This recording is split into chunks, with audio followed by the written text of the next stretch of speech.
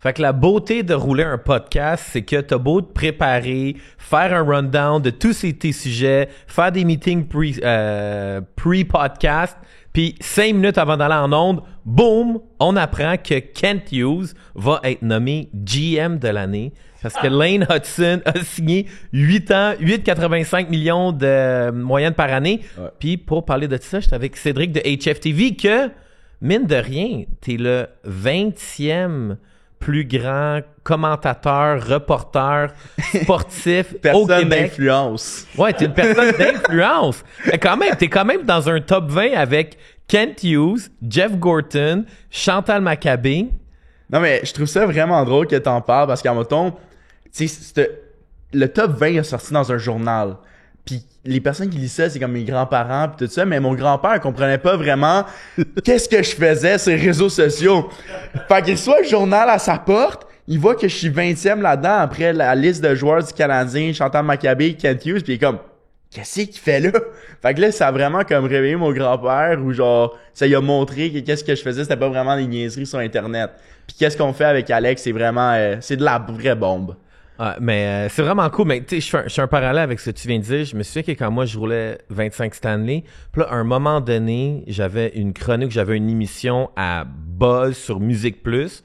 Puis là, les gens avaient réalisé « Oh, t'es donc ben big, t'es à la télé! » Mais c'est bien plus tough avoir, on va dire, genre 250 000 followers sur TikTok, puis on va dire, genre, créer du contenu à tous les jours, que oui, c'est cool d'être nommé dans la Gazette, un journal, mais c'est aussi comme un média qui est un peu en train de mourir. Mais pour ton grand-père qui te voit dans le journal, drôle, hein. là, t'es fucking big, là. You made it. Non, mais c'est sûr, pis tu sais, il a pris la copie du journal, pis il veut que moi pis Alex on la signe, mais tu sais, faut pas oublier. T'es sérieux? Ouais, je te jure, c'est vrai, c'est drôle, mais tu sais, tout ça a parti avec l'idée d'Alex il y a 5 ans. Puis qu'on soit rendu là, puis qu'on ait atteint une notoriété comme ça a parti de l'idée de ce gars-là il y a 5 ans, qui était juste un fan d'hockey normal. Genre, Alex va te le montrer, un clip, mais la première fois qu'il s'en va faire une entrevue au Centre Bell, il dit, tu sais, la première année, il va pas avoir personne. La deuxième année, il va pas avoir personne. Mais dans 5 ans, on va être capable de ramasser un crowd on va être capable de ramasser un crowd en dehors du Centre Bell. Ouais, nice. Est-ce que vous avez un stunt de préparer pour le match d'ouverture demain? On en a un. Ouais? On en a un. Tu peux te donner un preview à quoi qu'il faut s'attendre? Ben, le podcast va être posté quand? Probablement, vu qu'on va parler de Lane Hutson, il va sortir à soir, je pense. À soir. Sois prêt à signer un certain formulaire. OK, mais là, ça va pas coûter 200$, là? Non. Parce que s'il y a un formulaire, j'en ai parlé sur un blog post Patreon. Je veux pas hate sur les gars de signature d'autographe. Non, c'est pas des signatures Ok. d'autographe. Tu signes un formulaire qui t'engage à quelque chose. OK, parfait. Mais non, moi, je fais la parenthèse avec signer des formulaires, signer des autographes. Ouais. Yo, les signatures de Lane Hutson puis Demidov, ça coûte 200$. C'est cher. C'est vraiment cher, là. Mais tu sais, je veux pas hate, mais j'étais un peu comme...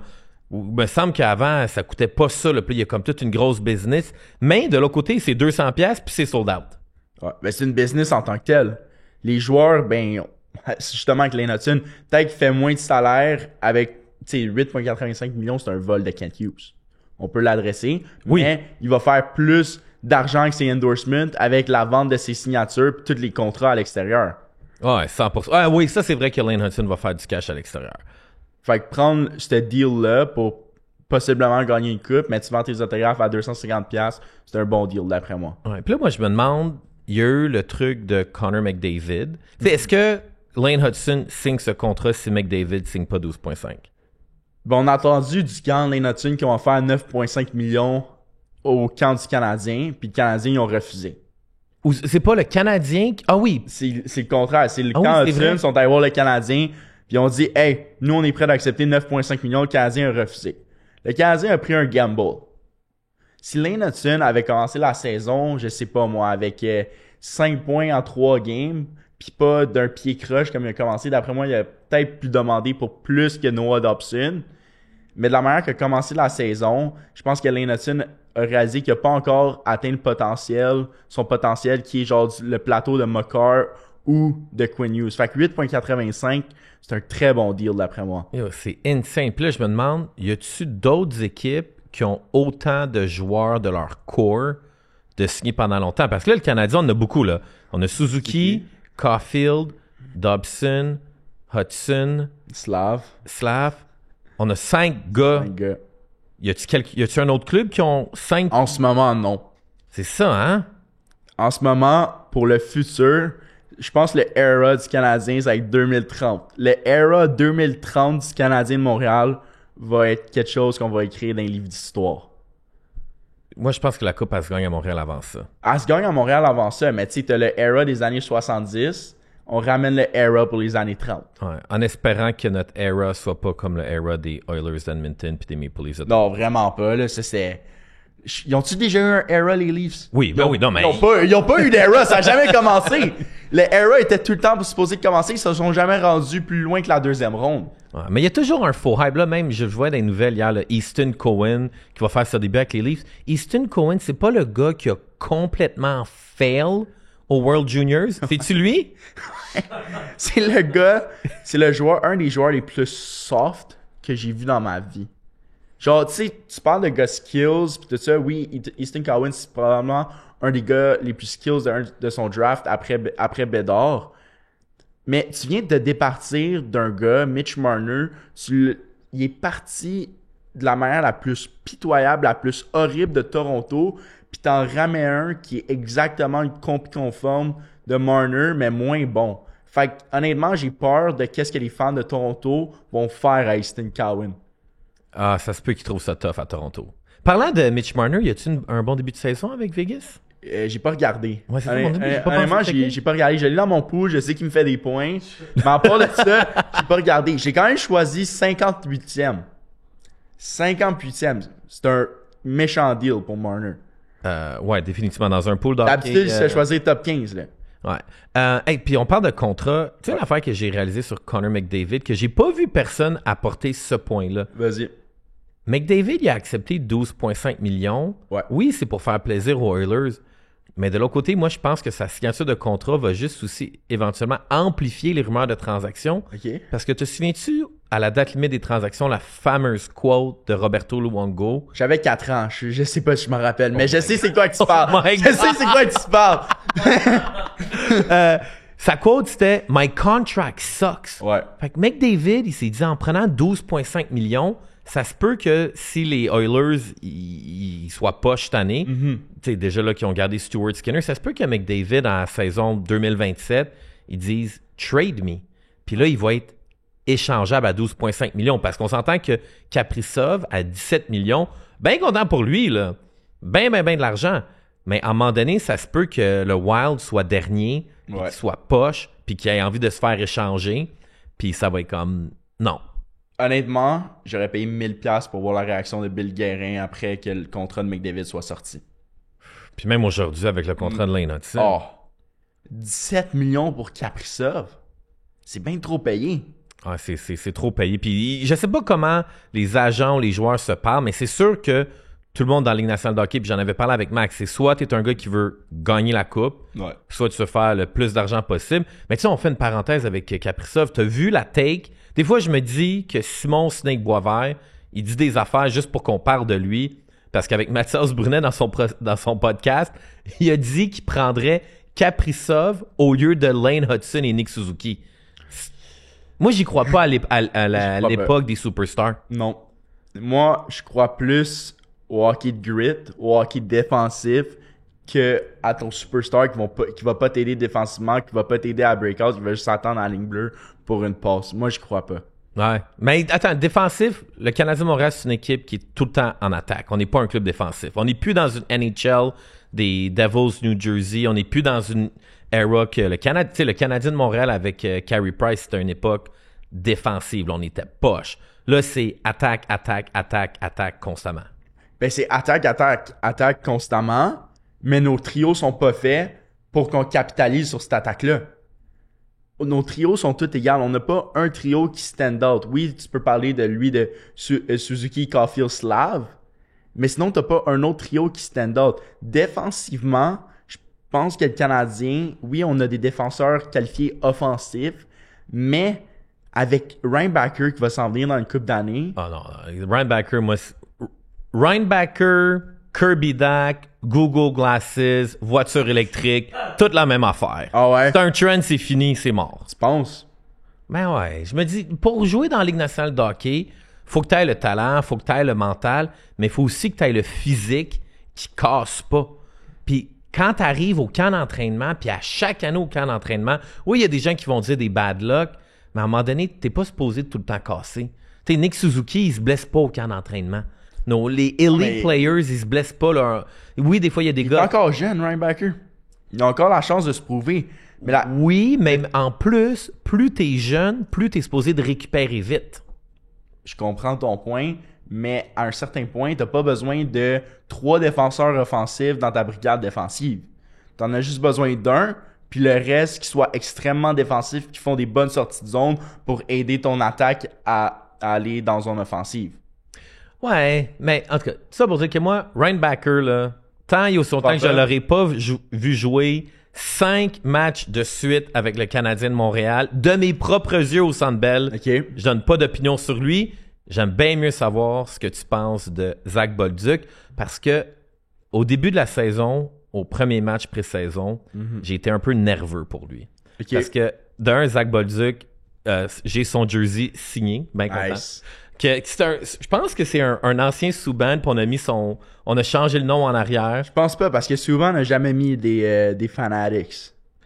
Ah, t'as Ouais, bien raison. C'est un vrai. Ah, c'est vrai. C'est un vrai Bon Bolduc. point, bon point. Qui est skié. Fait que je suis bien content. Puis j'étais au Centre Bell pour le premier match de la saison. Puis j'ai vu 2 gars avec un jersey Zach Bolduc signé. Nice. Fait qu'on s'entend dessus que quand l'entraînement des gars jersey de Bolduc, ça doit être du monde. La famille. C'est ça, là. Fait que j'ai pas besoin d'être un enquêteur pour savoir ça. Fait que je suis allé leur jaser un peu. Puis il m'a dit que Zach Bolduc il a comme acheté des jerseys pour comme toute sa famille. Oh Il les a ouais. toutes signés. Il a fait ça comme pour tout le monde. Fait que c'est sûr qu'au match d'ouverture, il va avoir une méchante gang de monde avec le jersey de Zach Bolduc signé. Fait que ça, j'ai trouvé ça vraiment fucking cool. Puis après ça, par contre, j'aurais parlé puis j'étais comme, comment ça va l'adaptation de Zach Bolduc? Puis il était comme, il est déstabilisé un peu. OK. Dans le sens que il se fait reconnaître à l'épicerie, puis il était un petit peu comme nerveux par rapport à... Tu sais, tu le compares à Saint-Louis, là. Zach Bolduc, avec les Blues de Saint-Louis, là, nobody Ouais. cares, là. Mais tu sais, si Il devait Zach passer Bolduc... avec une taux. Ouais, c'est ça, là. Mais tu sais, si Zach Bolduc, il va à Cage au Sport du Centre Bell après une game, il risque de se faire reconnaître un peu plus. Fait que je me posais la question, est-ce que ça va le rendre inconfortable? Est-ce que ça va l'empêcher de performer sous pression? Puis à date, on s'entend-tu que Zach Bolduc, avec ses 3 premiers matchs, qui devrait avoir 4 buts, on s'entend dessus? Parce que c'est pas... Slavia a volé le but, là. Puis non, puis le type de... le Carrier qui a eu un but contre la game Ouais. contre Détroit, c'est un type. On s'entend-tu que vu qu'il a eu bien performé pendant 3 matchs, il est good jusqu'au mois de décembre? Ben, moi, je vais te parler de mes héros des 3 premiers matchs du Canadien, puis ils ont tous le même point commun. Zach Bolduc. Ben, oui, t'as Zach Bolduc, mais ces gars-là jouent du hockey simple. Ces gars-là limitent leurs erreurs. Ils font juste les jeux simples que t'apprends en pee-wee. C'est pas... Il y a quelque chose que j'aime appeler l'effet Ivan Demidov. OK. L'effet- Parce que l'effet Ivan Demidov, il est un peu... Il est pas comme l'année dernière au dernier Non. match d'année. Mais l'effet Ivan Demidov, c'est que tous les joueurs pensent que c'est devenu des gars skills. Ils vont commencer à faire des spinoramas, shooter la puck de partout, puis faire des highlights pour que ça se retrouve sur Instagram. Puis c'est ça que j'appelle l'effet Ivan Demidov. Mais les 4 gars que je vais te parler, c'est des gars qui gardent du hockey simple, qui font une bonne première passe, qui rentrent dans la zone, qui, au lieu d'aller dans le coin, prendre une shot du coin, ils se grouillent le cul pour rentrer dans le slot puis pogner une bonne shot cadrée. OK. Fait que, le premier, Zach Bolduc. Il n'y a aucun commentaire négatif que tu peux dire sur Zach Bolduc. Les affaires positives que tu peux dire sur lui, c'est qu'il pogne tout le temps une shot de la slot. J'avoue que ses goals... Ouais, j'avoue, il est tout le temps dans le slot. Il est tout le temps dans le slot. Tu sais, à un moment donné, genre, tu sais, tu vas avoir mon oncle Gaétan sur Facebook qui va chialer, les gars, ils shotent pas de la slot, esti. Mais il a raison. Tous les buts, le pourcentage de buts rentrés dans la Ligue nationale, le plus haut pourcentage, c'est de la slot. Fait que faut que tu l'amènes dans le slot, la puck. Faut que tu gardes ton hockey simple. Puis quelque chose que Zachary Bolduc fait, puis je sais que t'es quand même un closet Florida Panthers fan. Tu l'es. Ben, allez voir la Coupe Stanley là-bas. Oh, oui, 100%. Je suis pas closet, je suis assumé. T'es là. assumé, bon. Ah ouais. Tu regarderas la Floride jouer. Quelque chose que la Floride fait vraiment bien, tu sais, on va ramener le hockey à la base. T'es supposé de rentrer dans la zone avec un triangle offensif. Ouais. La Floride, les gars sont extrêmement tight. Il y a peut-être un maximum de 15 pieds qui séparent chaque gars, mais généralement, ils sont bien plus proches. Fait que s'il y en a un qui échappe la puck, mais il y a tout de suite un gars qui va être dessus la puck pour patcher puis faire un jeu. Puis une passe de 15 pieds, ben c'est vraiment ça qui peut détourner l'attention pour un défenseur ou pour un goaler. Si tu fais une passe de 30 pieds, ben le goaler il a le temps de se placer puis d'arrêter le tir, ou le défenseur il a le temps de se placer puis d'être tout de suite sur toi. Mais quelque chose que Zach Bolduc fait, puis ce qui est incroyable, c'est qu'il patche les erreurs de Kirby Dach. Il reste extrêmement proche de Kirby Dach puis de Gallagher. Gallagher, honnêtement, il fait pas tant d'erreurs, puis j'aimerais ça en parler plus tard, mais il patche les erreurs de Kirby Dach, qui échappe tout le temps à la puck. Bolduc est capable de la prendre puis tout de suite d'aller au net. Puis c'est ça que j'adore de lui. C'est un joueur avec un hockey IQ extrêmement élevé. Puis s'il garde son hockey simple, puis il se fait pas corrompre par l'effet Ivan Demidov, c'est avec le meilleur joueur du Canadien cette saison. C'est pas un hot take, c'est vrai. Fait que t'es-tu en train de me dire que dans 2 semaines, Kent News va offrir un contrat de 8 ans, 7 millions de dollars à Zach Bolduc? 8 x 7, n'importe quand. Ouais? 8 x 7, n'importe quand. Zachary Bolduc, c'est avec ton ailier de deuxième trio, avec Ivan Demidov. C'est ça qui s'en vient, right? C'est ça qui s'en vient. Il nous manque juste le centre. Mais peut-être que Kapanen va devenir le centre. Ou Michael H. Mais pour en ce moment, c'est avec Kapanen. Ouais. Qui, d'ailleurs, je parlais avec un gars dans un bar. C'était où donc? C'est-tu au Petit Caribou? J'ai oublié. Au Petit Caribou? Ouais, c'est au Petit Caribou en fait. Wow. Moi, j'ai mes 2 bars préférés dans le monde. Bar préféré numéro 1, Centre Bell. Bar numéro 2, Petit Caribou. Oh ouais. Ben ouais. 3e, le Names. Puis, probablement que Kapanen, c'est notre meilleur asset échangeable. Dans le sens que, supposons, on est au trade deadline ou dans 2 ans, on veut vraiment que Kapanen se développe parce que si jamais on décide de faire un trade, genre Crosby, le Canadien veut trader pour Crosby avec les Penguins, si t'offres Kapanen, qui est un joueur de centre établi de 2e trio, ça peut être un gars qu'on peut échanger. Ben c'est ça, Kapanen, c'est mon prochain, c'est Alice. Regardes-tu son hockey simple en ce moment? Il est bon, man. Fais-tu des jeux flashy ou il fait le jeu qui drive la puck au net? Je te demande la question, c'est... il fait tout le temps le bon jeu. Il fait tout le temps le jeu simple. Il fait tout le temps la bonne passe. Kapanen, honnêtement, tu sais, il y a Grant McCall qui l'a dit dans une de nos vidéos qu'il va être le 2e centre du Canadien cette année, puis on l'a pas cru. Mais de la manière qu'il joue en ce moment, il va s'établir comme le 2e centre du Canadien de Montréal. Ouais, fait que là, après ça, si on a Kapanen au centre avec Bolduc puis Demidov, ça devient vraiment hot. Là. Puis pour Patrick Laine, mais tu sais, c'est bien dommage. Patrick Laine, ça reste un frappeur suppléant, qu'on le mette sur le 2e power play pendant 30 secondes, puis that's it. Mm-hmm. Ben, c'est ça la question qui vient avec Patrick Laine. T'aimerais-tu mieux avoir un joueur à 5 contre 5 qui peut-être te score 15 goals par année, mais son impact il est bien plus positif, ou un Patrick Laine qui va t'aider peut-être 1 minute par game, qui va peut-être t'en scorer 25, mais à 5 contre 5, il est complètement nuisable. Ben, Patrick Laine, tu sais juste pas le mettre à 5 contre 5. Ben, c'est quoi? Tu l'assis sur le banc, puis t'espères qu'il est prêt à la minute que tu le mets sur le jeu? Ouais, puis je serais pas surpris que ça serait le genre de gars qui soit confortable avec ce rôle-là.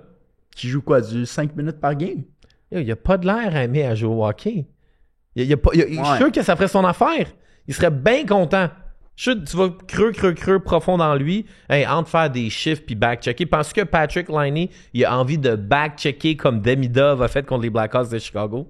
Je sais pas, mais tu sais, Patrick Laine, c'est un gars qui adore le hockey. C'est un sniper en tant que tel. Mais moi, qu'est-ce que je ferais? Mettons, j'étais Martin Saint-Louis. Je donnerais le plus de temps de glace possible en ce moment pour écrire une valeur d'échange puis m'en départir. Il y a personne qui veut ça. Le seul club qui va vouloir Patrick Laine, c'est un club qui veut respecter le plafond salarial. Mais bref, ça pour dire que tu parles de Patrick Laine, ça me rend dépressif. Ça te rend dépressif? Comme la phase de Kirby Dach samedi, avant le match, dans le match, début de l'avant-match à TVA Sport, ils ont montré une image de Kirby Dach qui était sur le banc. Je le trouve blanc, je le trouve blême. Il avait l'air malade, je le voyais sniffer du sel. Puis il n'y avait même pas de réaction. Je me disais, coudon, faut qu'il en sniffe combien pour qu'il y ait un buzz? J'ai jamais vu un gars passer le sel. Avec l'ammoniaque, là? Ouais. Puis zéro réaction. Hey, parlant que je parle de TVA Sport, là, je vais faire un petit commentaire politique. T'as-tu checké la game à TVA Sport? Je regarde juste les games en anglais. Bon, mais c'est bien correct. Mais de toute façon, ça change rien parce que à TVA Sport, puis il y a quelque chose qui vient me titiller puis me gosser de plus en plus en tant que Québécois francophone qui, by the way, je suis né dans le West Island. Moi, j'ai grandi avec le franglais. Je parle anglais, je parle français. Mais je trouve que en plus, j'ai vu une vidéo d'un influenceur TikTok que j'adore qui s'appelle Pharrell Morissette. Puis il parlait de au Québec, se faire servir en français puis avoir notre information en français, c'est un droit. C'est un droit comme quand tu as 16 ans, tu as le droit d'avoir un permis de conduire. Quand tu as 18 ans, tu as un droit d'aller voter. Puis au Québec, ben, c'est un droit que quand tu consultes du contenu, c'est un droit de l'avoir en français. Puis pendant le match, à TVA Sport, fait qu'on s'entend que TVA Sport fait partie de la grande famille québécoise, les publicités digitales autour de la bande étaient en prédominance en anglais. Donc, dans le sens que je sais qu'ils sont capables de le faire. Il y avait des pubs de Jean-Charles Lajoie, il y avait des autopromos TVA Sport en français, mais après ça, c'était des pubs de Tylenol, Relief the Pain, il y avait des sites de paris sportifs qui disaient genre Live Betting Now, il y avait plein de pubs en anglais, puis là, je me suis dit, wow, depuis quand un réseau francophone, que toutes les publicités de 30 secondes, ils roulent en français?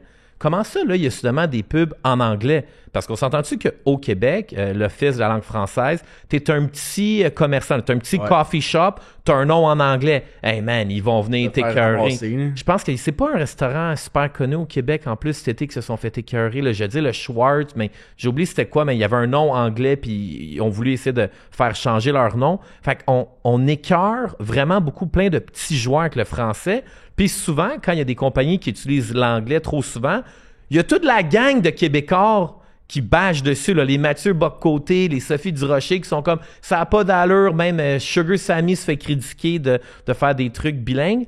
Puis là, j'ai vu le réseau de Pierre-Carl Péladeau, un ancien chef de parti du Parti québécois. Ouais, c'est ironique quand même.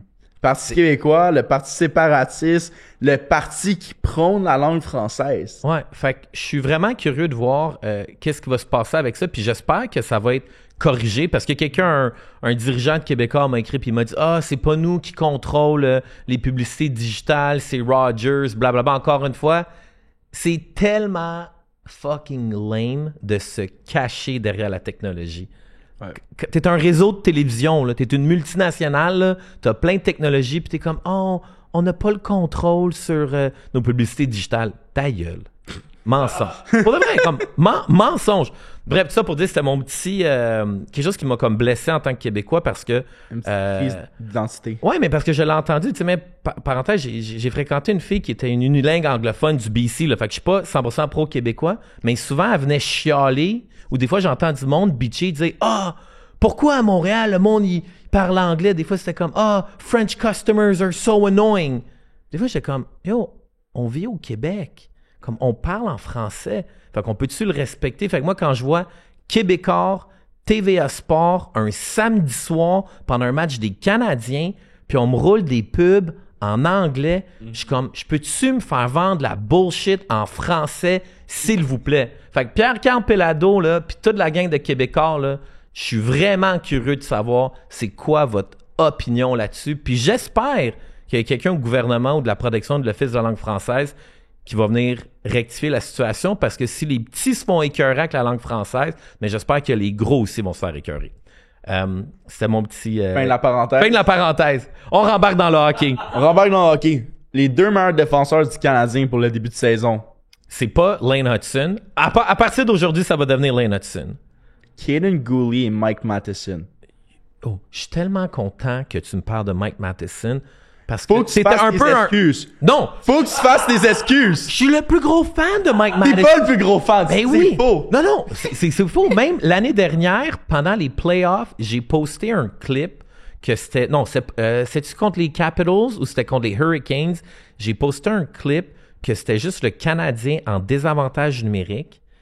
Puis c'est Mike Matheson qui est à terre en train de faire la pieuvre comme Hall Gill le faisait si bien. Puis c'est là que j'ai réalisé que Matheson, en plus d'être un patineur exceptionnel. Ouais. Je me souviendrai tout le temps d'avoir assisté à son coast-to-coast goal contre les Devils New Jersey. Mais c'est un gars qui est vraiment bon défensivement pour protéger, pour bloquer les passes devant net. Man, il se met à 4 pattes à terre avec son bâton. Mike Matheson, hey, un des meilleurs. C'est-tu dans les top 10 meilleurs patineurs défenseurs de la Ligue? Moi, je pense même top 10 meilleur patineur, tout joueur confondu. Et défensivement, fait que je comprends pas. Je pense que tu te mélanges entre moi et ton partner Alex. Alex me semble qu'il chasse sur Matheson. Non. Moi, hey, Matheson... On aime Mike Matheson, légende de Pointe-Claire. Ouais, On l'adore. Mike Matheson, un keb qui patine bien, qui est capable de scorer des goals. Il est insane. Mais tu sais, v'là 1 an, on parlait, hey, on va pas signer Matheson, on va essayer de l'échanger. Ouais, mais ça, c'était des épais, là. Mais, c'est vrai, mais Kent Hughes doit le signer au plus vite. Ah, il est pas un RFA, lui aussi? Il est UFA. Il va rester. Il va rester. Ben oui, il va Mais on a rester. besoin de lui pour le futur. Ça va devenir un genre de David Savard. 100%. Ouais. Ouais, mais Matheson, puis là, ce qui est le fun, vu qu'il joue avec... non, il joue avec Dobson. La chimie, elle commence à pogner. La chimie, elle pogne. Ouais, ça va être... tu sais, je suis en train de me dire, est-ce que Matheson, Dobson, c'est notre duo numéro 1, puis Goulet, Hudson, c'est notre duo numéro 2? Peut-être. Puis après ça, t'as Jacky Carrier, qui est une excellente troisième paire. Ouais, pour le temps. Puis on a Struble qui est là en backup, là, comme notre D est bien meilleur que celle des Maple Leafs de Toronto. Non, on est vraiment bon en ce moment. Puis Kaden Goulet, je pense que c'est le gars qu'on parle le moins dans la presse, sur Twitter. On a parlé de lui samedi soir quand il a gelé... Quand il a gelé Nazar. Mais à part de ça, Kaden Goulet, tu sais, moi, quand on l'a repêché 15e overall, je suis comme, qu'est-ce qu'on fait là? Mais ce gars-là, défensivement, arrête tous les jeux. C'est un mur de briques. Tu t'en viens à 1 contre 1 contre lui, attache ton casque, il va te ramasser. Kaden Goulet, la première passe qu'il fait sur le breakout est tout le temps excellente. Puis tu remarqueras, Kaden Goulet, son temps de jeu offensif, pourquoi on le paierait avec Lane Hudson? C'est parce qu'il est capable d'emmener la puck dans la zone offensive puis la garder là. Je l'adore. OK, nice. D'ailleurs, c'est quoi sa situation contractuelle à Kaden Goulet? Je pense que c'est 6 x 5.5. OK, fait que lui aussi, il fait partie de notre core. Ouais, il fait partie de notre core, 6 x 5.5. OK, nice. On aurait peut-être donné un petit peu plus, mais 6 x 5.5. 6 x 5.5, c'est un deal. OK, nice. Un excellent bon deal. Là, je vais te parler de 2 joueurs. OK. Que je trouve, ils n'ont pas le eye of the tiger. On va le mettre comme ça. L'œil de l'écureuil. OK, l'œil de l'écureuil. OK. L'œil de l'écureuil. Fait que ça, c'est quoi? C'est un œil de joueur gossant, ça? Parce qu'un écureuil, c'est un peu gossant. C'est soft, un écureuil, man. OK. Le problème avec Uri Slavkovski puis Kirby Dog, c'est extrêmement facile, OK? C'est 2 bons joueurs, ils patinent bien, ils prennent des shots, mais il faut qu'ils retournent à du hockey simple. Puis, tu remarqueras, Kirby Dog et Slavkovski, ils perdent les deux leurs batailles dans le coin. Des batailles à 1 contre 1, ils les perdent toutes. Sais-tu pourquoi? Ils sont dans le coin puis ils essayent juste de pousser le gars avec leurs bras comme ça. Mais t'as aucune force qui vient de tes bras. Ta force, elle vient de ses jambes. Ces gars-là, ils devraient reculer, prendre 2-3 strides puis patiner vers le gars puis pogner à la puck. Ça, c'est un problème de ces gars-là. Ils sont un peu soft, mais si tu peux améliorer ça, Martin Saint-Louis peut leur dire de revenir à du hockey simple puis d'améliorer ça. Mais quelque chose que je vais amener sur Uri Slavkovski, depuis l'an passé, c'est le joueur d'attaque avec le plus de shots bloqués et le plus de tentatives de passes bloquées. Attends, dans le sens que il bloque des tirs ou ses shots se font? Il bloque des tirs. Il bloque des tirs? Uri Slavkovski, statistiquement, c'est ton meilleur attaquant défensif du Canadien de Montréal. Quoi? Ouais. T'es allé chercher ça. C'est quoi, non, t'es allé chercher ça sur Instat puis NHL Edge. C'est quoi ça, d'ailleurs? On s'en est parlé. C'est quoi cette machine-là? Instat, c'est la... Instat, dans le fond, c'est un site qui coupe les jeux des joueurs de la Ligue nationale. Fait que tu peux aller sur le site puis voir tous les chiffres de Nick Suzuki pour de la dernière game. Fait que c'est vraiment genre un site où tu peux retrouver genre du footage des joueurs. Mais NHL Edge, c'est vraiment là que tu vas retrouver le plus de statistiques avancées sur les joueurs de la Ligue nationale. Et aussi Money Puck, c'est là que tu vas retrouver genre le plus de statistiques avancées. Puis est-ce que ces sites-là sont payants ou sont gratuits? Instat, c'est payant. Faut que tu ailles un subscription qui vient avec genre une équipe pas professionnelle, mais une équipe universitaire ou une équipe... Genre le coach, parce qu'un de tes boys, Ouais. c'est-tu Malcolm? Malcolm, ouais. Ouais, que lui, il coach, on va dire genre Midget 3, puis là, Ouais. lui, il a accès à Il a ça. accès à ça, fait que moi j'ai accès à ça, mais il faut vraiment que tu sois un coach ou que tu payes un subscription, mais le subscription il est quand même cher. Ouais, c'est quand même cher, mais je me souviens quand il me l'expliquait. Là, ça, c'est le site où est-ce qu'on va dire, je peux aller là-dedans, puis je peux taper Lane Hudson, First Breakout Pass, Ouais. puis ils vont me Tu sortir. vas toutes les avoir. Yo, ça, c'est débile. Là. Hey, les Débile. coachs vidéo, ils doivent passer du temps là-dessus. Là. C'est comme Ouais. c'est un paradis pour les coachs vidéo. Non, c'est fou, là. Fait que toi, t'es allé gosser là-dedans hier soir jusqu'à Dude. 4 h du matin pour Moi- me sortir que moi, ça- Slavkovski est le meilleur joueur défensif du Canadien de Montréal. Moi, ça fait depuis la moitié du mois d'août que je gosse sur mon ordi puis j'essaie de trouver des statistiques parce que Slavkovski va jamais être un gars comme Brady Tkachuk. Jamais faut sortir ça de notre tête. Il n'y a pas le chien de Brady Tkachuk. Ouais. Il va pas le faire. Brady Tkachuk, à sa saison recrue, il se pognait avec Shea Weber. Puis Drew Doughty. Puis Drew Doughty. Slavkovski, à sa saison recrue, on se demandait qui allait le défendre. C'est deux joueurs complètement différents. Fait que Juraj Slavkovski, si on veut l'amener dans un bon rôle, c'est avec un joueur défensif qui est capable de sortir la puck de la zone puis se colisser devant le net. Excusez-moi de mes mots, je m'excuse maman. Juste se colisser devant Grand-papa le net. aussi. Ouais, grand-père aussi. Je se colisser devant le net, j'ai dit 3 fois. Puis, asti, pas bloquer les shots, mais essayer de déranger le goaler puis tiper les shots puis prendre les rebounds puis scorer des scrappy goals. Fait que t'es-tu en train de me dire qu'on devrait voir Juraj Slavkovski sur le piqué? Moi, je pense que oui. Tu penses que comme ça s'en vient, là? Le gars, il est 6 pieds 4, Il est large. immense. Il est large comme un fridge. Pourquoi tu mettrais un gars comme Alex Newhook qui mesure... Il mesure combien, Alex Newhook? Maximum 5 pieds 10? Ouais. Puis, mais Alex Youk, il fait rien de mal, Ouais. mais il fait rien de bon. Mais- Il va patiner bien vite, il va rentrer dans la zone, puis après ça, le jeu va mourir dans le coin. Non, mais en mettons, t'as un gars sur le piqué, t'as un gars comme Slavkovski qui s'en vient la largeur d'un fridge. Le pourcentage de chance qu'il va bloquer à shot, qu'il va juste partir en échappée, il y a quand même une bonne accélération, Slav. Si on le met dans un bon rôle, Martin Saint-Louis décide de le mettre dans un rôle défensif.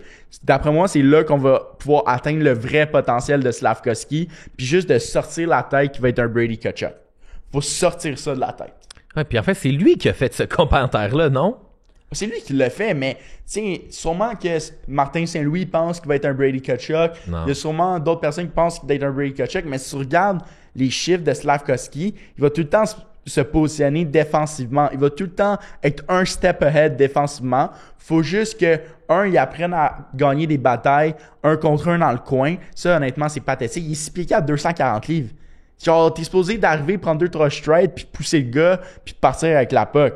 Ouais. Mais tu sais à qui me fait penser, Juraj Slavkovski? Vas-y. Et que j'ai la misère à prononcer son nom. Il me rappelle Guillaume Latendresse. Dans le sens que Guillaume Latendresse, quand il est arrivé au Canadien de Montréal, on était ultra critique de lui. On critiquait son coup de patin, moi le premier. Beaucoup de gens le ridiculisaient là-dessus. Mais au final, Guillaume Latendresse, il la mettait dedans. Il se parquait devant le net, puis il avait tout le temps le don que la rondelle allait rebondir sur sa palette, puis il scorait. Fait que Slav, il me fait penser un peu à lui. Moi, je vais t'en donner un meilleur exemple. OK. Un autre first overall pick. Benoît Pouliot. Un autre first overall pick de Jeff Gorton. Joe Thornton. Ah, il était représenté par Ben, Hughes. non, Jeff Gorton, c'était le GM qui Ah, a oui, repêché excuse-moi. Joe Thornton. Joe Thornton, quand il s'est fait échanger à San Jose, il s'est fait mettre dans un rôle défensif. Puis c'est comme ça qu'il a été capable de produire offensivement des 97 puis des 100 points par année. C'est exactement le même joueur. Si tu regardes les premières saisons à Thornton, il produisait pas comme Slavkovski. On pensait qu'il allait être un power forward. Je pense qu'il mesure plus ou moins la même affaire, 6 pieds 3, 6 pieds 4. Ouais, il doit être gros. Si on le surnomme Big Joe, Ouais. il est pas 6'2". là. Non, c'est ça. Mais si on se moule le même exemple de Joe Thornton, qu'on l'amène plus dans un rôle défensif, si on sépare Suzuki puis Slav, parce qu'à mettons, Suzuki a aussi un rôle défensif, si on les sépare les deux puis qu'on amène un autre joueur offensif avec Caulfield, Suzuki, Slav, puis qu'on met Slavkovski dans un rôle défensif avec deux gars offensifs, je pense que c'est là qu'on va pouvoir atteindre son plus haut potentiel. En tout cas, j'ai jamais entendu personne parler de tout ça, mais j'avoue que ça peut être un méchant beau projet pour le Canadien. C'est un projet plus réaliste que devenir Brady Tkachuk. Du chien, tu l'as ou tu l'as pas. 100%. Tu l'as ou tu l'as pas? T'as-tu d'autres choses à parler du Canadien? Parce que moi, je vais te parler de certaines anecdotes là, à ton sujet que j'ai... À mon sujet? Ouais. Mais... Ouais, moi, je pense qu'on peut y revenir après. Mais moi, comment toi, tu vois la saison du Canadien? On finit premier, puis on gagne la Coupe Stanley, puis Demidov gagne le Calder, puis Suzuki gagne le Hart, puis Matheson gagne le Norris. OK, toi, t'es un vrai fan. Puis Slav gagne le Selke. Ça serait fou, ça. Moi, je vois mettons, la saison en tant que telle du Canadien. Mais parenthèse, Vas-y. juste moi, avec mon application de Paris sportif mise au jeu plus, qui, d'ailleurs, mise au jeu, je vous le rappelle, quand vous gagez sur le Canadien, il y a une compagnie qui offre les meilleurs odds sur le Canadien, c'est mise au jeu plus. Ouais. Moi, c'est pour ça qu'en début de saison, même cet été, dès que les paris sont sortis, j'ai bet sur Demidov pour le Calder. OK. Puis j'ai bet que le Canadien allait faire les playoffs. Je peux pas croire qu'il y a des gens qui pensent que le Canadien va pas faire les séries. Ça, c'est niaiseux. Ça, c'est vraiment C'est niaiseux. vraiment niaiseux. Puis, juste pour mettre une autre parenthèse à mise au jeu, les odds pour la game Canadien-Détroit, c'était 2,96 pour le Canadien. Mais quand je dis Moi, que... j'ai mis 100$, j'ai fait 296. Colin, toi, tu mets 100$ sur une game? Ouais. Colin, hey, moi, je Big mets... money. Ah ouais, moi, je mets... Big money. Moi, je suis un gars conservateur. Moi, chaque année, en début de saison, je me fais un budget. Moi, je mets 100$ dans mon compte mise au jeu. Puis ça, c'est mon budget Ah ouais, pour l'année. Puis quand on arrive en playoff, c'est une autre affaire. Ouais. Parce qu'on devient un petit peu plus impulsif Cranky. puis fou. Mais ouais, moi, j'ai 100$ pour l'année. Puis là, à date, j'ai juste ces deux bêtes-là. Moi, d'habitude, c'est 10$ pour chaque game à la maison. Ah, OK. 10$ pour chaque game à la maison. Puis tu respectes cette Je règle-là. respecte cette règle-là, à part quand la cote est 2,96 contre Détroit. Ah, là, tu t'emballes. Là, je m'emballe. Mais tu sais que, tu sais, on parle de paris, tu parles de 10$ puis de 100$. L'année dernière, j'étais allé au Centre Bell avec un gars qui est allé qui a des vrais problèmes d'addiction au jeu. Ah ouais. C'est combien il me disait qu'il bettait par game, par jour, on va dire, puis Ça doit être au-dessus de 1000$. 10 000. Oh, tabarnak. Il faisait j'ai demandé c'est quoi le plus gros bet que t'as fait, c'était genre 10 000, puis j'étais comme sur quoi? Puis il était comme, genre une game de soccer de division 2, genre au Gibraltar, là, ou des, tu sais, comme, non, mais tu sais, comme dans des pays genre random, là, comme des games pas... Ouais. Ouais, j'étais comme, holy fucking shit, là, genre. Le jeu doit rester un jeu.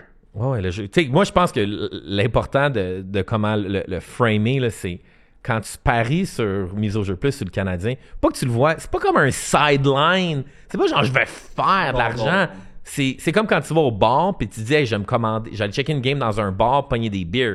Tu augmentes ou améliores ton expérience. Ouais. Mais il faut que tu le vois comme une dépense. Mais tu te dis hey, si Pas un pendant investissement.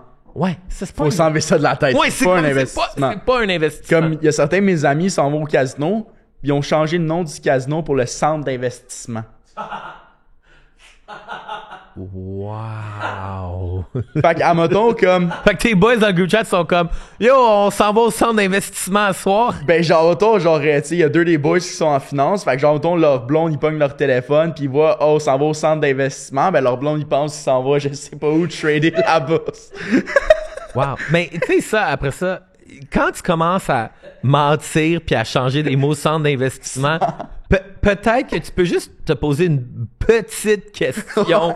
C'est C'est un peu eux comme- autres qui en ont besoin. T'sais, c'est comme quand tu commences à dire à ta blonde que tu t'en vas à la bibliothèque puis tu t'en vas au bar. Peut-être que c'était un moment de te poser des questions.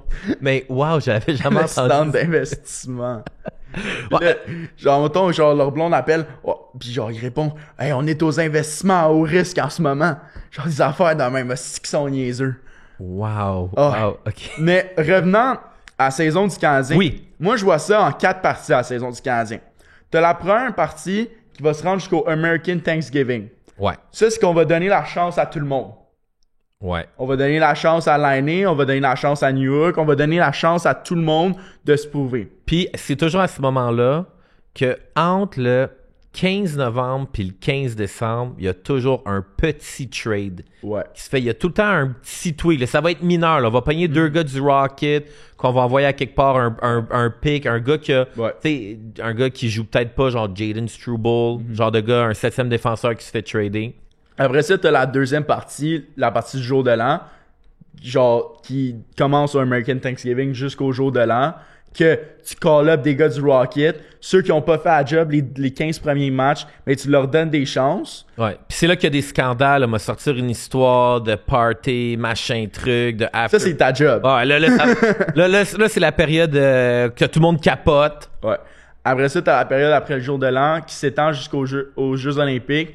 Là, c'est là que tu essaies de former ton alignement pour les playoffs. Puis après les Jeux Olympiques, tu vas chercher tes derniers pistes pour les playoffs. Puis c'est là que tu commences tes derniers 20 games avec ton alignement exact que tu vas amener des playoffs. Puis tu sais, si tu te rends à la fin des playoffs, c'est 40 games. Fait que la vraie demi-saison, elle commence là. Ouais, puis moi, maintenant, je crois aussi que les playoffs commencent dans les 8 derniers matchs de la saison. C'était Christophe Perrault qui avait sorti les stats back in the days quand il avait gagné une série de prédictions incroyables avec les stats avancées. Puis le momentum d'une équipe qui rentre en playoff. Quand tu rentres en playoff, où est-ce que tu es 6 victoires à tes 8 derniers matchs versus rentrer en playoff, même si tu as fini deuxième de ta division, de ta conférence avec une fiche de 3 victoires, 7 défaites, ça a un immense impact sur ta run en série. Fait que même moi, les 8 derniers matchs, je les trouve bien importants. Je suis 100% d'accord. Puis moi, je pense que les line-up qu'on a en ce moment, les lignes, comment sont positionnés, tout vont être complètement différents qu'après le trade deadline. Si après le trade deadline, on est capable d'avoir notre core ensemble, soudé, qu'on va pas le changer, arriver match numéro 2 des playoffs parce que quelqu'un a fait une erreur, c'est là qu'on va être capable d'aller chercher du vrai succès. Ouais, 100%. D'ailleurs, le Canadien gagne au moins une ronde en playoff cette année, là. Minimum une. Moi, je pense que le Canadien va sûrement finir 3e de l'Atlantique. Avec qui va finir premier de l'Atlantique? Sénateur. Ottawa. C'est vrai que je te donnais beaucoup de crédibilité avec tes affaires, mais là, les sénateurs... Les sénateurs d'Ottawa finissent premier de l'Atlantique. À cause de qui? À cause de leur équipe. Ils ont une équipe, honnêtement, tu sais, c'est pas comme la Floride qui ont Barkov, Tkachuk, mais tu sais, ils ont quand même un autre Tkachuk. Mais les sénateurs, leur équipe en général, c'est une des mieux bâties pour survivre une saison. Leur core est deep, leur depth chart est vraiment deep. Moi, je pense que les sénateurs peuvent se rendre loin cette année. Ah ouais, parce que là, tu parles quand même d'un club qui a fait... Ils ont fait les playoffs l'année dernière? Les playoffs l'an passé, 7e seed, juste avant nous autres. Puis tu penses qu'ils... ouais. Ouais. Moi, je pense que dans l'Atlantique, ça va être comme ça. Mais je suis content. Sénateurs, Panthers, Canadiens, Lightning, Toronto. Non, Toronto fait pas les playoffs. Ben, Toronto sont 5e seed. Ah ouais, ouais. Toronto, 5e seed. Peut-être qu'ils vont les faire, peut-être qu'ils vont pas les faire. Parce que qui fait les playoffs dans l'Est cette année? Les Caps les font? Les Caps, oui pis non. Les Flyers les font pas. Les Flyers les font pas. Hurricanes, c'est sûr. Hurricanes gagnent la métropolitaine, c'est sûr. Hurricanes les font, c'est sûr. Ouais. Les Devils les font pour sûr. Oui, on va leur donner. Le Canadien les fait pour sûr. 100%. Sénateur. Ok, ouais, ça me surprend. Le Lightning les font. À Panthers. Les Panthers vont-ils les faire malgré toutes leurs blessures? Ils sont trop bons, hein? Ça paraît pas.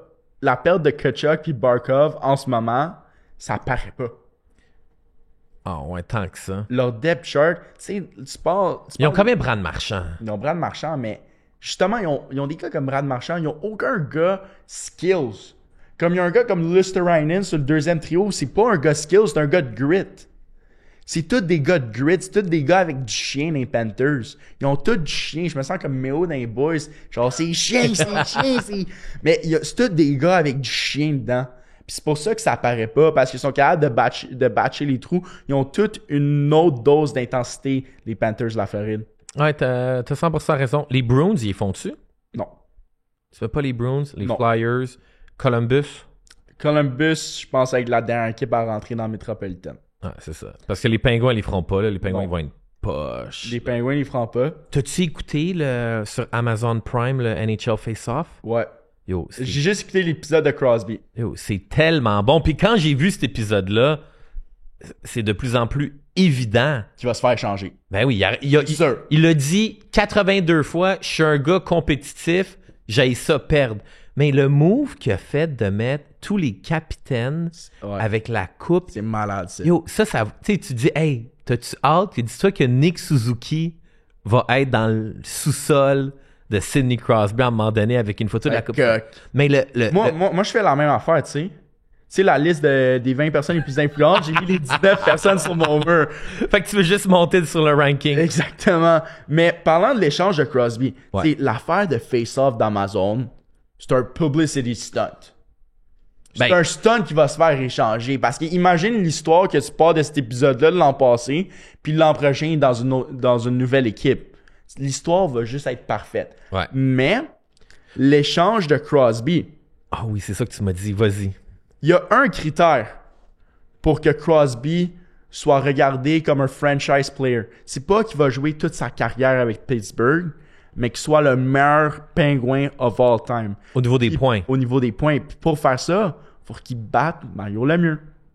J'avoue que c'est un peu comme Alex Ovechkin. Tu sais, Alex Ovechkin qui a battu le record de Wayne Gretzky avec les Capitals Yes. de Washington. En C'est une tellement équipe. différent qu'imagine si ça avait été tradé. Ouais. Là, il bat le record avec whatever, avec les Predators de Nashville. Ça n'a pas autant la même valeur. Ouais, 100%. Mais si Crosby bat le record de Lemieux, il va être tout le temps regardé comme un franchise player, même s'il finit sa carrière avec soit le Canadien ou Colorado ou les Panthers. Moi, je pense avec une de ces trois équipes-là. Mais en ce moment, Crosby est à 34 points. C'est sûr qu'il le fait. C'est sûr qu'il le fait avant les Olympiques. Probablement. Ouais, Crosby va faire une saison de 87 points, à mon avis. Là. D'après moi, oui. Mais même plus. Mais après ça, la question, si on se demande, est-ce que Crosby va aussi vouloir battre le record de buts de Lemieux? Puis t'as combien de buts? Il est à 64. Fait que ça, c'est 2 saisons. Moi, je pense pas. Tu penses pas que Crosby va scorer 30 goals par année? Pour les Ben, deux moi, je pense qu'il va juste vouloir battre le record de points.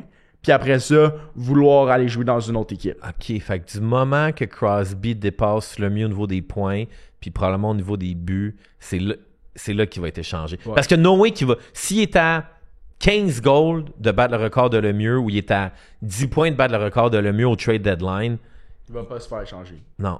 Fait que c'est ça. Fait que ça va être...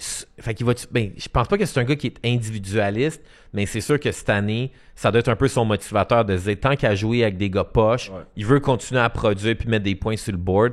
Mais personne n'avait parlé de ça non plus. Ben, 34 points. Moi, je pense pas qu'il va aller pour le record de but parce que ça pourrait quand même être long. Ça va se faire sur 2 saisons, le record de but. Ouais. Mais le record de points, ça se fait sur une saison. Ouais. Puis either way, tu vas être regardé comme le meilleur pingouin of all time. Fait qu'il va battre ça avant les Olympiques. 3 coupes. Il va battre ça avant les Olympiques. Après les Olympiques, il va se faire échanger. Puis après, on sait pas ça va être tout.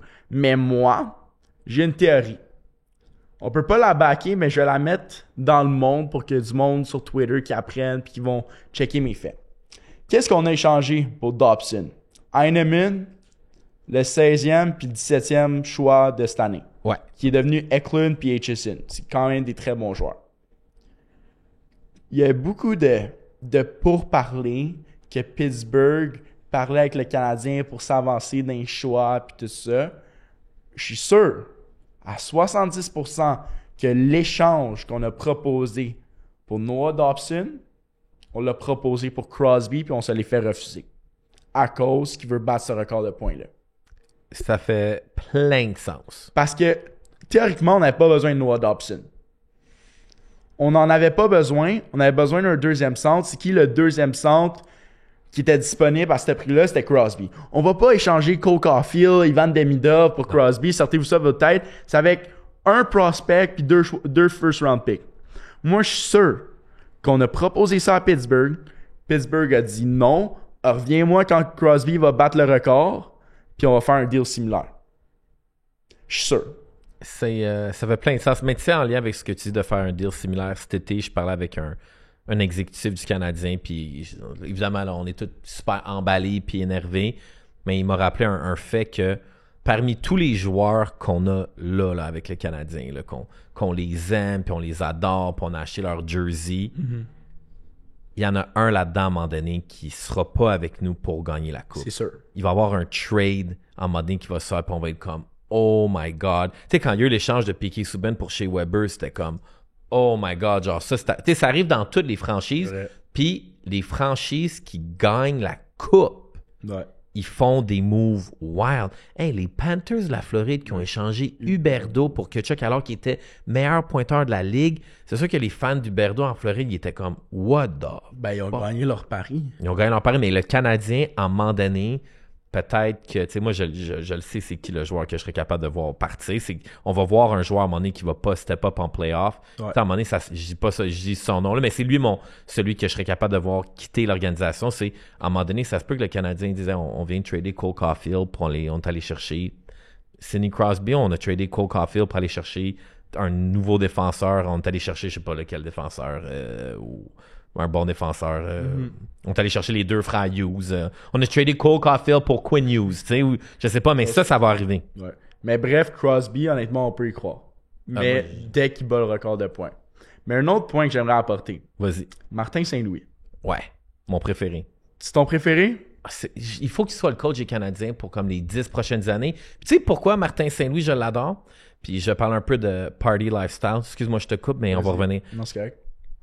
Puis je vais pas dire le restaurant puis l'endroit parce que ma source m'a dit dis pas où est-ce que tous les joueurs puis tout l'exécutif du Canadien de Montréal hang out. Fait que l'organisation du Canadien, ils ont un nouveau secret bar, restaurant que c'est une place qui est super high-end, c'est ultra cher, puis c'est une place qui est comme un peu cachée, mais ils voient toujours autant les joueurs que l'organisation ensemble.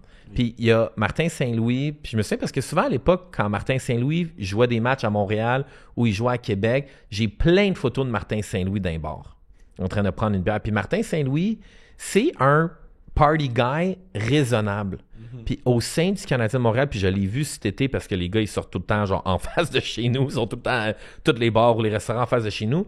Puis c'est comme s'il a amené une culture de play, tu sais, work hard, play hard. Ouais. Mais je pense que Martin Saint-Louis, lui, c'est genre work really, really hard and play a little bit.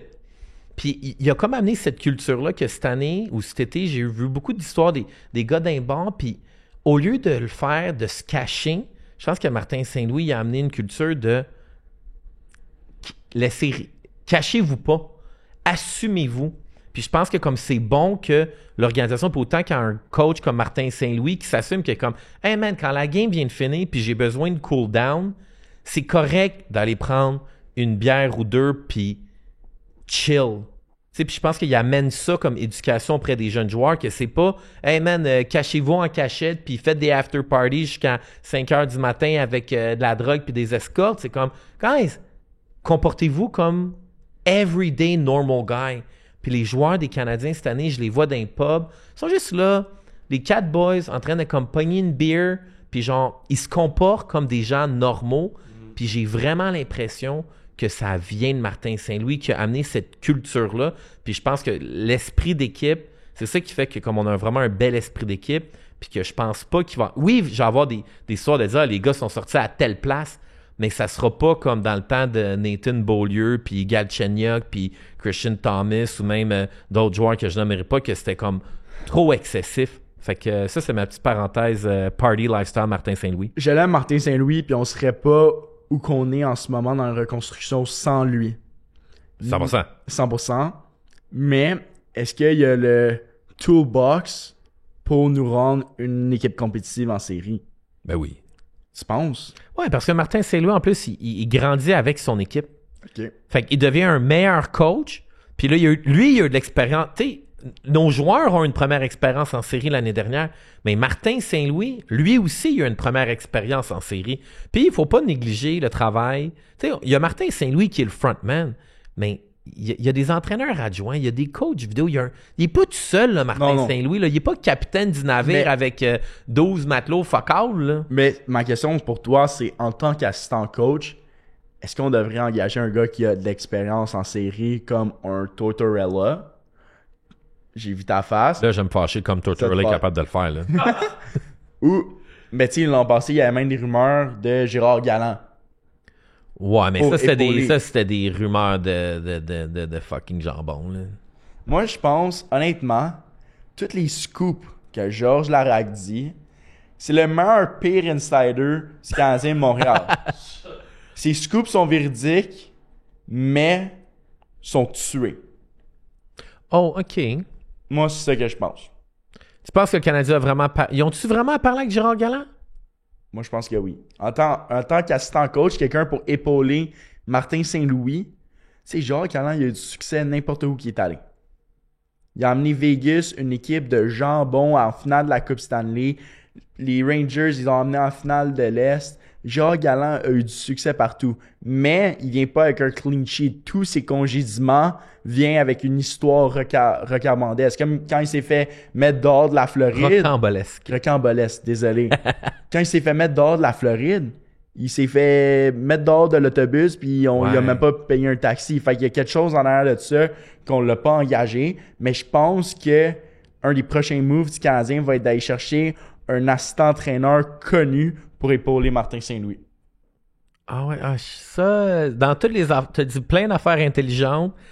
Celle-là aujourd'hui. Sauf Tortorella. Celle-là, moins sûr. Fait que pour te faire pardonner, tu vas me raconter ta maudite histoire qui est arrivée à Nashville. C'est quoi qui est arrivé à Nashville quand t'es allé à Nashville? Je sais pas, le monde n'est pas... D'un, t'avais 17 ans. Ou qu'est-ce qui s'est passé, là? Moi, je me suis... Gros, on arrive à Nashville, puis...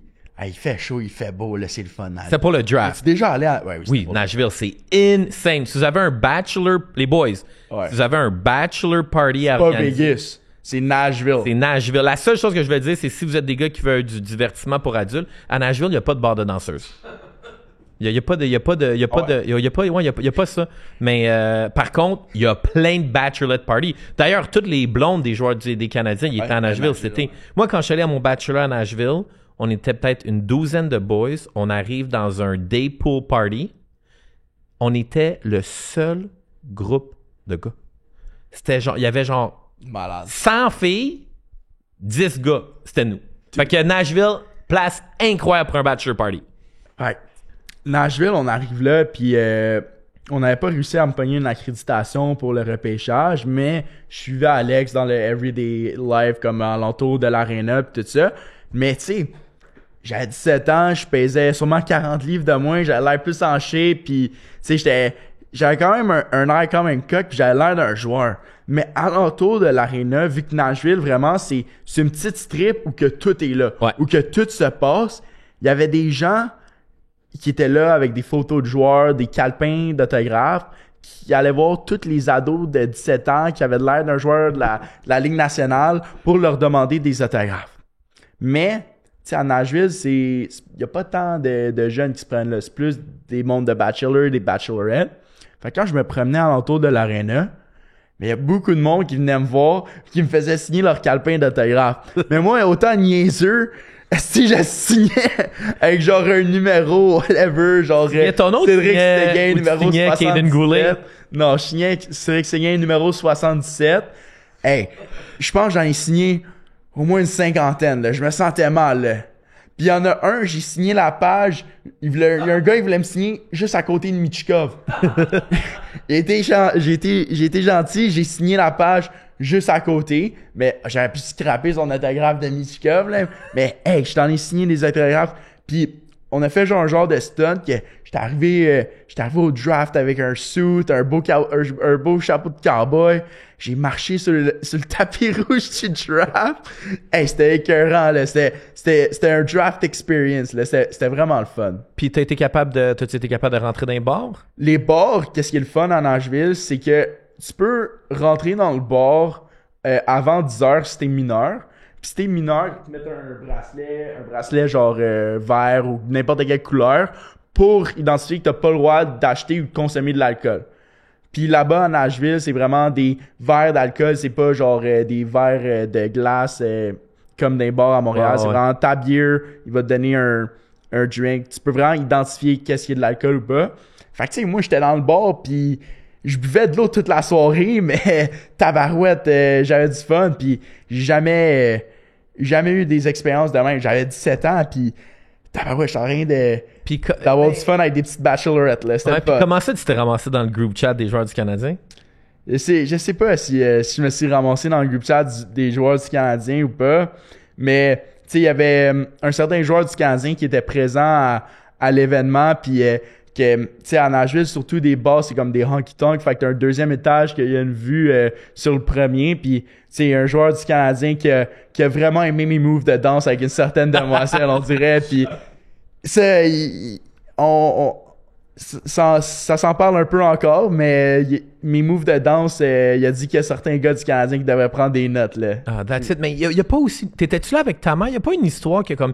Il y a un joueur ou un agent ou un GM qui est allé cruiser ta mère? Ouais. C'est quoi? Weird, man. C'est genre un agent de joueur, puis il y a un agent de joueur puis un ancien joueur qui est allé cruiser ma mère au bar. Au draft. Au draft, ouais. Puis tu sais, c'était quand même weird cette soirée-là parce que tu sais, moi j'étais avec Alex, une gang de boys, puis on avait du fun dans le bar, puis on fait qu'est-ce que les boys font, on va cruiser les filles, mais à un moment donné, je m'en vais au bar me chercher un verre d'eau, si je check à ma droite, c'est ma mère, tabarnak, genre c'était un peu weird, mais ouais, fait qu'il y avait un agent de joueur, puis là, tu sais, autant niaiseux que moi puis Alex on est, tu sais, on se présente aux joueurs, puis comme, ouais, mon contrat avec mon agent est en train de finir, puis tout ça, tu veux-tu me représenter, pis, genre, c'était quand même drôle, là, tu sais, on jouait vraiment le personnage, là. OK, ça, c'est quand même drôle. Comment tu te sens quand t'es dans un bar? Parce que moi, j'ai jamais vécu ça avec ma mère, mais que tu vas dans un bar puis tu vois ta mère se faire cruiser. Je sais pas, c'était weird, man. C'était weird. Puis en plus, tu sais, genre, tu sais, j'avais 17, fait que l'expérience de bar puis tout ça, c'était vraiment comme une de mes premières. Comme Nashville, honnêtement, genre, ce mois-là, ça a été mon premier party de F1, mon bal de finissant. Avec Kenneth Boudreau. Ouais. Puis après ça, un 4-day bender à Nashville. Fait que ce mois-là, ça a été ma plus haute consommation d'alcool à vie, quand j'en ai jamais consommé à vie, mais c'était vraiment drôle, mais c'était weird un peu. C'était le fun de faire le party avec ta mère, mais de l'avoir se faire cruiser, c'était vraiment weird. Puis comment était ton été? Tu croises pas mal les gars à Montréal cet été? Qu'est-ce que vous avez fait? T'as-tu fait des stunts avec des joueurs qui étaient au Québec cet été? Pas tant, honnêtement. Vous êtes resté tranquille cet été? Tu sais, on reste tranquille. Tu sais, les joueurs... tu sais, notre contenu, c'est pas vraiment avec les joueurs. Notre contenu, c'est plus avec les fans. Puis on n'est pas là pour picosser les joueurs. On n'est pas là pour sortir des histoires de bord. On n'est pas là, genre... pour les gosser. Tu sais, on les voit, c'est sûr, à Oshéaga. On les voit à Lasso. Mais tu sais, on va pas, genre, aller s'interposer puis aller voir, genre, Jacob Daubèche puis dire « Hey, Jacob, comment ça va? » puis tout ça. Mais c'est vraiment, genre, tu sais, c'est plus organique si on a des conversations avec eux puis c'est pas rien de forcé. Tu sais, les joueurs, ils ont leur propre affaire. Nous, on fait notre propre affaire. Puis je pense que si on mixerait les deux, c'est là qu'on commencerait, genre, à dérailler un petit peu. Fait qu'est-ce qu'on fait en ce moment? C'est bon. T'sais, on gosse pas les joueurs. T'sais, oui, veut pas. Il y a du monde qui me texte. Hey, tel joueur est à cette place-là. Puis tel joueur prend une bière là. Mais on s'en fout. Là. Genre, les gars, ils vivent leur vie. Puis tout ça. Puis j'espère qu'on va pouvoir avoir une équipe du Canadien qui peut aspirer à une bonne vie privée. Mais je pense que les joueurs ont leur vie privée, quand je parle à plein de propriétaires de bars, les joueurs, quand ils sont dans les établissements, ils se font pas déranger. Contrairement à ce que les gens ils pensent, ouais. Les joueurs du Canada se font... Parfois, il y a des vidéos sur TikTok des joueurs dans les bars puis des affaires comme ça. Je trouve pas ça vraiment le fun pour eux autres. Mais nous, vraiment... Mais tu sais, de l'autre côté, exemple, ouais. Quelqu'un m'a envoyé une vidéo de tous les boys, on va dire, une journée au Cat Cart. Ouais. Mais tu sais, comme... On l'a tout vu, cette vidéo-là, sur TikTok, là, ouais. Genre 50 000 vues. Ouais, c'est ça. Mais tu sais, un que j'ai trouvé intense, puis après ça, c'est... puis c'était RDS qui l'ont fait. C'est qu'ils ont filmé Martin Saint-Louis à Oshéaga ou à Lasso. Il chantait la chanson... Country Road, ouais. Ouais, Country Road. Puis tu sais, comme la personne l'a filmé vraiment longtemps. Ouais. Mais après ça, j'étais comme, man... C'est weird. Avant, tu sais, après ça, j'ai fait ça. Mais là, je le vois que maintenant... En fait, la grosse nuance, c'est qu'avant, on va dire, j'étais comme peut-être le seul à Montréal qui le faisait. Mm-hmm. Là, c'est tout le monde a un sel tout le temps. Fait que ça, c'est vraiment rendu intense. Quand j'ai vu le vidéo de Martin Saint-Louis, mais après ça, de l'autre côté, c'est tu te dis... les gens vont rapidement mettre le doigt sur la personne qui a pris le vidéo. Mais après ça, quand tu regardes les views, je pense que la vidéo de Martin Saint-Louis à Lasso, il a fait comme 1 million de views. Ouais. Fait qu'après ça, tu te dis, ouais, il y a la personne qui prend la photo, qui prend le vidéo, mais quand tu regardes les gens qui le consomment, tu sais... Mais tu sais, veux pas cette vidéo-là, genre... c'est zéro notre contenu, Ouais. mais ça peut amener RDS à pousser plus du contenu qui se rattache à nous, mais c'est zéro notre contenu. C'est plus ramener du contenu avec les joueurs. Mais en parlant des joueurs puis de la relation qu'on a avec eux, j'ai eu la chance de jouer dans une partie de charité, la Classic Car cet été. Yo, ce que Kevin Raphaël fait, C'est incroyable. c'est exceptionnel. Puis, moi, je l'ai croisé à Oshiaga, Kevin Raphaël, puis son partner, puis il est insane, Ouais. Kevin. Ouais, les deux, Manu, Kevin, les deux sont insane. Puis qu'est-ce que Kevin a fait pour leur camp les 9 dernières années, puis maintenant pour la fondation du Canadien, c'est incroyable. Mais tu sais, j'ai eu la chance que, tu sais, Dobesh, c'était mon goaler, mon partner D, c'était Carrier. Tu sais, c'était vraiment le fun. Puis, tu sais, on a quand même une bonne relation avec ces gars-là. Veux pas, ces gars-là, ils voient nos vidéos. Puis, Ouais. je pense pas que dans les vidéos des Chef TV, tu sais, il y a quand même... On a quand même un décorum, puis c'est vraiment une ligne éditoriale que Alex a choisi de pas mettre quelque chose de négatif dans les vidéos. Pas Ouais. quelque chose qui peut genre titiller un joueur. Tu sais, le joueur, il va savoir s'il y a une game de merde. On n'est pas obligé d'y dire puis que c'est vu par 200 000 personnes, puis qu'il y a 200 personnes dans les commentaires qui disent. Fait que tu sais, les joueurs, ils apprécient vraiment qu'on suit cette ligne éditoriale-là. Ils voient les vidéos, ils voient qu'est-ce qu'on fait. Mais tu sais, c'est vraiment genre plus organique. Genre, si on se voit à un événement puis qu'on est ensemble, on va se parler, mais c'est pas un qui va chercher l'autre ici et là. Puis je pense que on garde une bonne relation comme ça. Ouais. Puis c'est une preuve du succès que vous êtes un brand 100% positif, que vous êtes capable d'aller chercher des eyeballs, parce qu'on le sait que quand tu regardes, on va dire comme, ben, tu sais, les blogs, puis moi, ce que je dis avec 25 années, même avec ce podcast-ci, la controverse pogne aussi vraiment beaucoup. Ben, tu sais, t'as la controverse qui pogne, mais en même temps, genre, tu sais, on s'est parlé de Slavkovski, on s'est parlé de Kirby Dog. Tu sais, j'aurais pu dire plein d'affaires négatives sur eux autres. Mais il y a un point qui peut améliorer. Il faut tout le temps que tu vois ça en amélioration. Ces gars-là sont dans la Ligue nationale. Nous, on les pas. On est en train de se parler sur un divan, là. Genre, ces gars-là, ils ont du talent. Ils vont en gagner une Coupe Stanley dans leur vie. Puis j'ai hâte de voir. Faut amener plus de positif à la culture de hockey de Montréal. Ouais. Et que t'es un Gen Z. Je suis pas un Gen Z. Ben, je suis un Gen Z. Ah oui, mais... t'es pas la Gen... Non, mais Gen Z, c'est comme t'es positif, c'est bon. Ben, faut être positif, mais à un moment donné, m'a être négatif, puis je vois... Mais il y a des améliorations à faire dans le Canadien. Il y a des améliorations à faire partout dans la vie. Il y a des améliorations à faire sur l'autoroute 20. Si on s'amène à chialer tout le temps, on va juste rester dans le négatif, puis on va jamais voir la lumière au bout du soleil. La lumière au bout du soleil. OK, mon œil. Des beaux mots, hein? Ouais. Fait que, sur ce, hey, merci full, Cédric, d'être venu, parce que depuis toutes les années que je fais des live shows ou genre des podcasts, c'est le premier podcast que je faisais tout seul. Ah ouais. Parce que quand j'ai commencé mes podcasts en 2015, je le faisais avec Chris Perrault, puis après ça, je l'ai fait avec Max Truman, puis même avant ça, je le faisais avec Marie-Pierre Morin en 2008. Je suis moins chaud que Marie-Pierre, là. Ben, ça dépend si tu parles à des gars ou tu parles à des filles. C'est un downgrade, là. Fait que, gros merci d'être venu. Puis à tous les gens qui écoutent le podcast, mais vous pouvez nous suivre sur la chaîne 9 millions Spotify, YouTube. Puis, by the way, le Patreon, ceux qui sont abonnés, gros merci de support la patente. J'ai même décidé maintenant je reviens à mes racines. J'écris un article, je me force à faire un article de blog à tous les jours sur le Patreon. Mais du contenu un peu plus edgy, là. Pas trop edgy, mais je suis comme revenu à mes premiers amours. Pas dans le positif. Mais je suis plus que j'ai compris que comme il y a des gens qui aiment un certain style de nouvelles, puis je reste positif, mais je veux quand même rester pas irrévérencieux.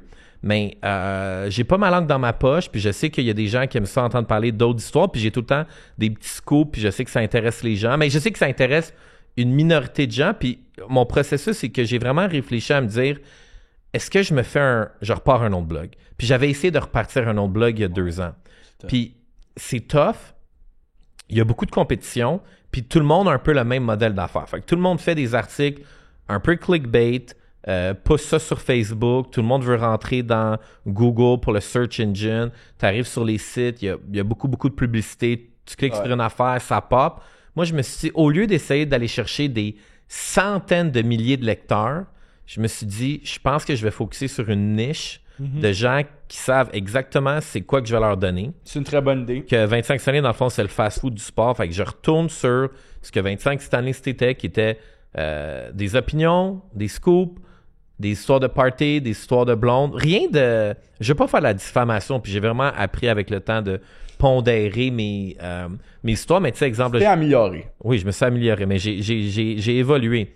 Fait que je pense qu'il y a un marché de gens qui veulent avoir ça, puis je me dis, j'aime mieux aller chercher une plus petite niche qui va amener moins de controverses, parce que des fois, je faisais des articles, tu sais, moi, j'ai mon ranking de mes genre 1000 articles les plus populaires sur 25 cette année, que j'ai gardé de mon Google Analytics dans le temps. Puis, je le sais, c'est quoi que les gens veulent, puis des fois, je me disais, mais je faisais des articles qui intéressaient full des gens, mais j'avais juste du backlash négatif de gens qui étaient pas mes fans. Fait que moi, je me dis, j'aime bien mieux focus sur mes fans, puis leur donner ce qu'ils veulent, puis qu'on soit une plus petite gang que d'essayer d'être super big, puis manger de la merde de plein de monde inutile qui vont jamais aller sur mon site. Puis de l'autre bord, en le mettant sur Patreon avec un paywall, c'est que ça fait en sorte que mes compétiteurs, s'ils veulent voler mon contenu, mais au moins, vous allez devoir comme me payer. Ouais. Mais ça me gossait. Des fois, je voyais des posts de télévision que je me disais, man, en tout cas, je me souviens, la personne qui faisait sa chronique, j'étais genre, man, il te copie. La seule chose que tu fais, c'est que tu vas sur mon blog, puis toute ta chronique à la télé, tu roules tous mes sujets. Tu sais, no shame. Fait que là, je me dis, si la personne veut faire ça, mais comme, paye-moi une bière au Centre Bell. Fait que c'est ça le programme du Patreon de bière froide Cold Beer. Fait qu'on, il y a les épisodes en premier, éventuellement, on va peut-être le faire les lives, il va y avoir le podcast, puis tous ceux qui sont abonnés ou qu'on a des nouveaux abonnements, je fais tirer une paire de billets dans les rouges pour une game Montréal-Winnipeg. Nice. Au mois de décembre, le retour de Jonathan Toews. Yo, ça c'est crazy. Puis hey, Jonathan Toews, là, je sais qu'il parle français, je sais qu'il a fait des traitements à Montréal. Sa mère est québécoise. Et québécoise ou est francophone? Sa mère est québécoise. C'est ça, parce que je sais qu'il s'est entraîné, il y a du monde au gym, je pense que c'est le B52, qu'il s'est entraîné cet été, que le monde était genre, oh shit, genre Jonathan Toews, il est en train de workout à côté de moi.